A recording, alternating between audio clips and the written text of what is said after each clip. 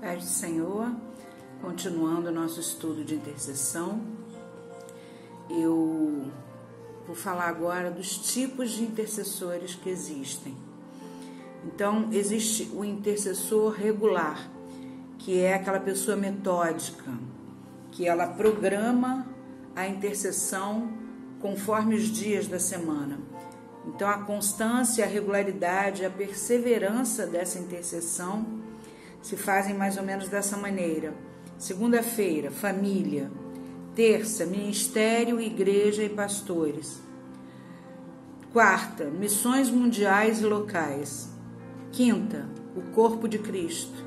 Sexta, a cidade e sua conquista. Sábado, nações a serem conquistadas. Mais ou menos isso, dando um exemplo de como o intercessor regular ele age. Existe o intercessor de crise também. Quando Deus diz assim para ele, ore por tal situação.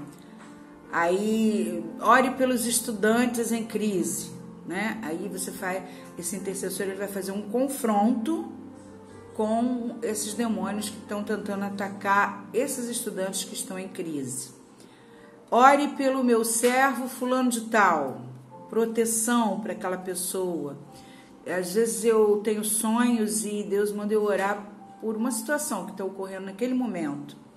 Acidente de carro, uma pessoa no hospital, eu não conheço, não sei quem é, mas eu levanto em clamor e intercessão por aquela imagem, por aquela visão que Deus está me dando, né? Por proteção a alguém. Ore pela China, ore pelo Brasil, né? Ore pela Inglaterra, não sei. Deus te dá uma direção geográfica para que você esteja orando por um país por causa de alguma guerra, algo que principados estão se levantando para atacar. Expedições também de reconciliação, que Deus move intercessores para estar fazendo com que países estejam pedindo perdão ao outro através dos próprios membros desse país, né? Já foi feito isso do Brasil, unir alguns pastores para estarem pedindo perdão aos pastores do Paraguai, porque eles foram roubados, né, de nós. Tem uma história toda sobre isso, que eu não vou falar aqui agora. Tem também intercessores que fazem expedições de remissão da terra que foi maldita, que foi amaldiçoada, que teve muitas mortes ou guerras, e o intercessor é levado com um grupo para estar remindo aquela terra, fazendo atos proféticos, né? Intercessores pessoais, que são aqueles que oram pelo pastor, que oram por um líder de algum ministério, oram por pessoas específicas sempre.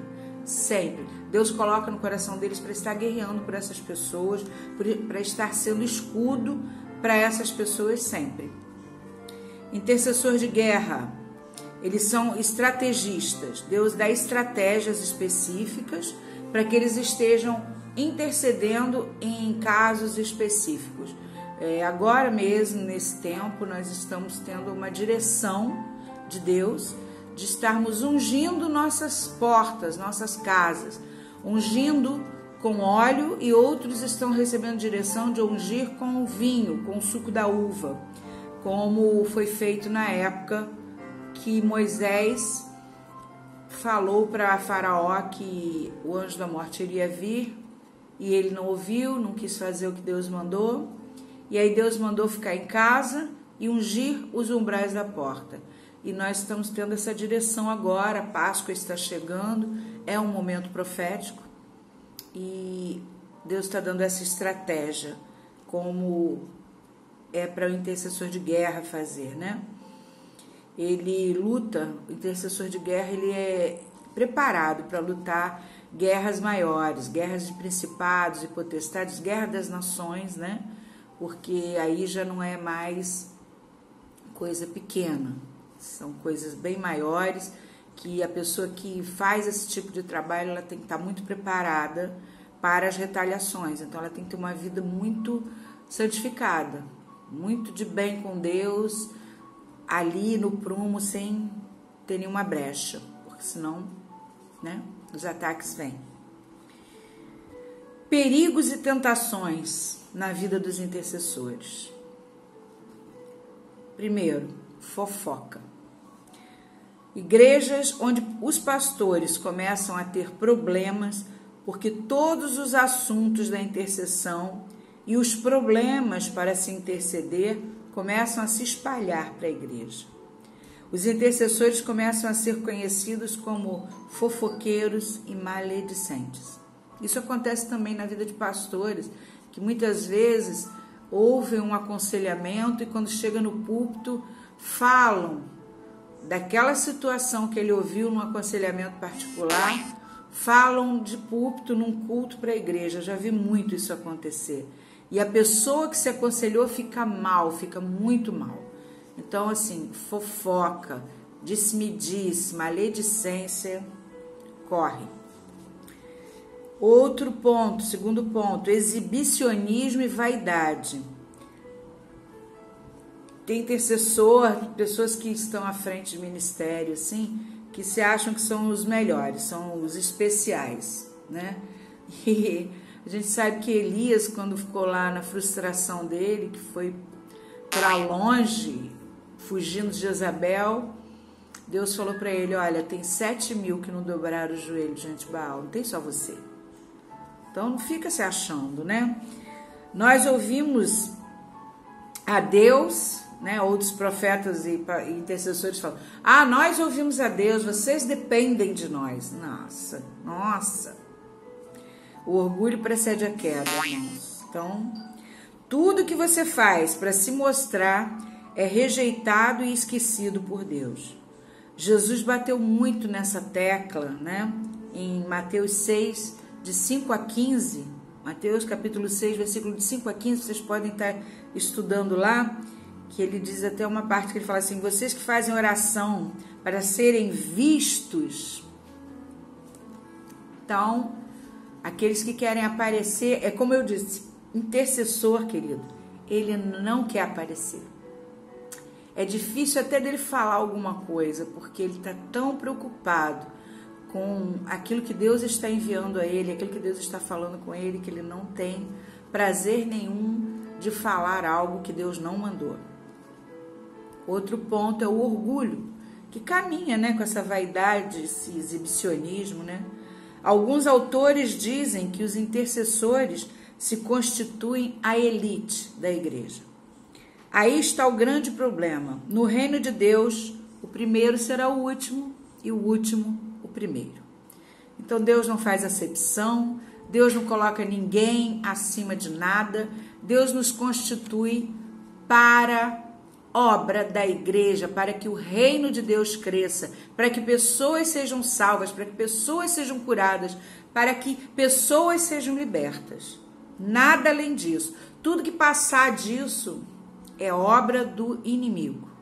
Amém, queridos?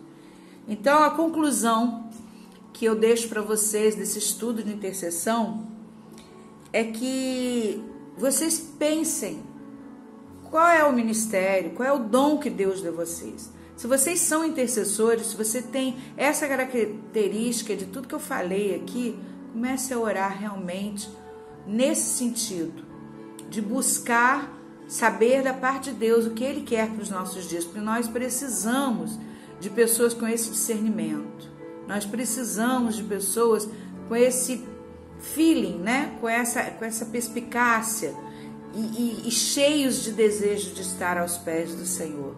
O intercessor é um querido, é um amado de Deus.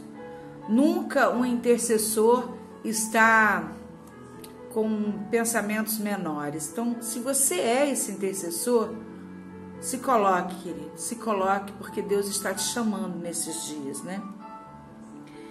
Que Deus nos faça intercessores também. Aqueles que ainda acham, não sou bem assim, eu acho que eu não sei. Peça a Deus, pergunte a Deus, né?